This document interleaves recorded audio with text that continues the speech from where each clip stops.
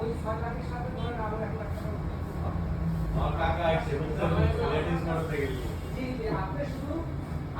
আমাদের পক্ষে থাকবেন ভাই নিচে তো দেন গ্লাসের তো নিচে দেন আর আপনি যেটা খুশি হয়ে দিবেন ওইটা দিয়ে ওটা কোনো সমস্যা নেই আপনি যে খুশি ভাই আমি যাবে ভাই এমনি কাগজ দাও না ওইটা কাগজটা পাঠাবেন আপনি টাকা দিয়ে দিবেন সব কিছু আপনি যখন